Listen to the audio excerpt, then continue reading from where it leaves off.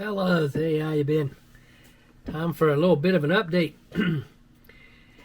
As most of you, I've been extremely busy. My son's schedule changed, so I have a little grandson twice as much as normal. Seems like he's always here, which I'm not complaining about. I love that little guy. But makes it hard to get in the hobby room. He requires most of Pappy's attention. He's got Pappy wrapped around his little finger. Anyway, I had some time here this afternoon, so I thought I'd do a little update. First of all, let's get some mail out of the way. Got a Christmas card here from Mr. Doug Hensley. Thank you very much, brother. Appreciate it. Got another one here from Tom and Susan. Rambler69, Mr. White, thank you very much, my friend. Beautiful card. And I have one from Jamie G. up in Canada. Sent me a nice magnet to go with the beautiful card. I need to find a place. I usually put magnets over here on my, you can see I usually put magnets over here on my toolbox. I have Dillon's and a few others. But I think this one's a little too big, so I gotta find a different place for this.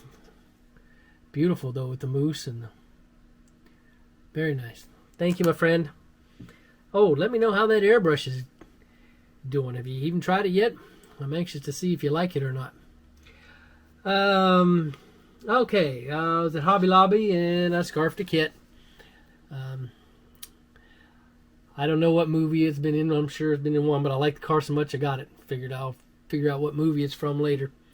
40% off. I had the scarf, but I wanted it back when it came out, but just never pulled the trigger. Didn't pay that much for it because it didn't stand out as a movie car that I can think of or that I've seen. But I really like the car, so or I'll use it as a cancer awareness build or something one of these days, or something that doesn't require the correct color. All right, now what I'm working on here, the Galileo. I've got a lot of paint on it. Got it just about all painted, except the base and some of the clear parts I haven't painted yet.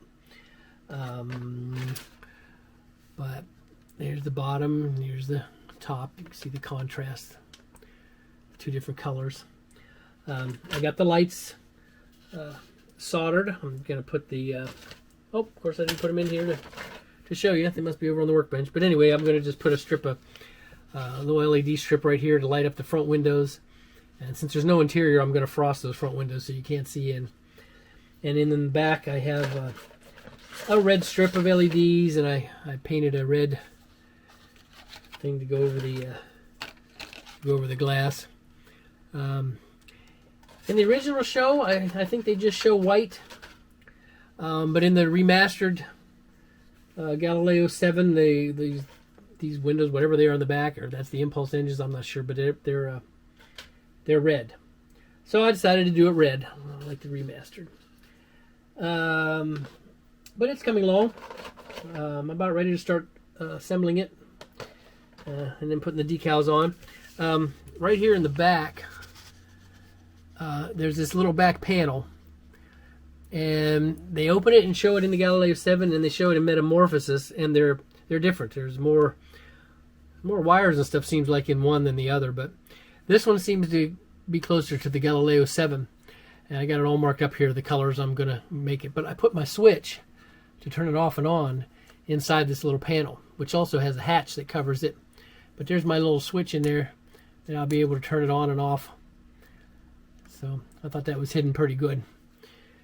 Yet it's not underneath where I have to reach underneath or pick it up or whatever to turn it on and off.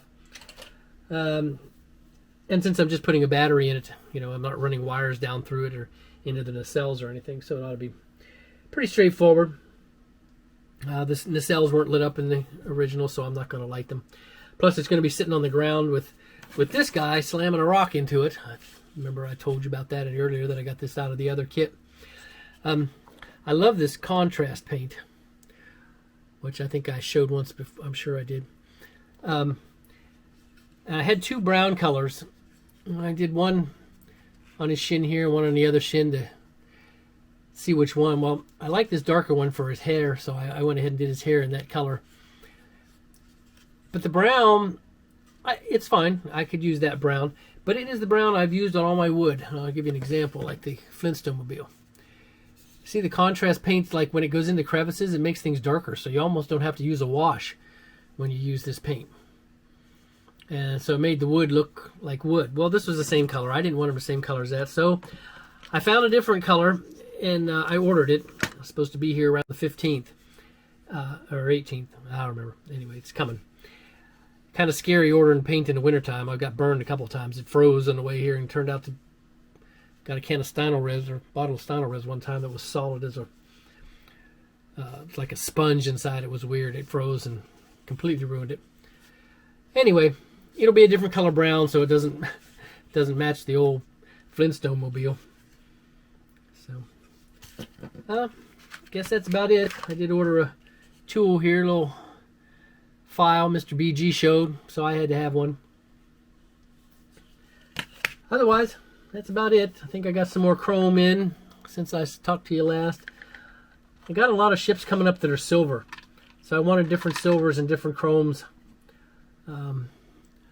So I want them to, to be silver, but I don't want them all to be exactly the same color silver. So the Enterprises and the Mandalorian and the different ships I wanted different silvers for them. So I got several different chromes and silvers. Otherwise, I think that's about it, fellas. I hope you're having a wonderful holiday season. Merry Christmas to y'all.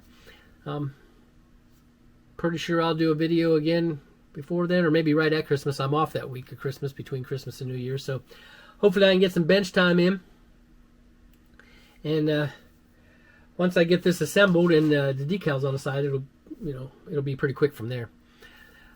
Okay, guys, I think that's it. Chewed your ear long enough. God bless y'all, and make it so.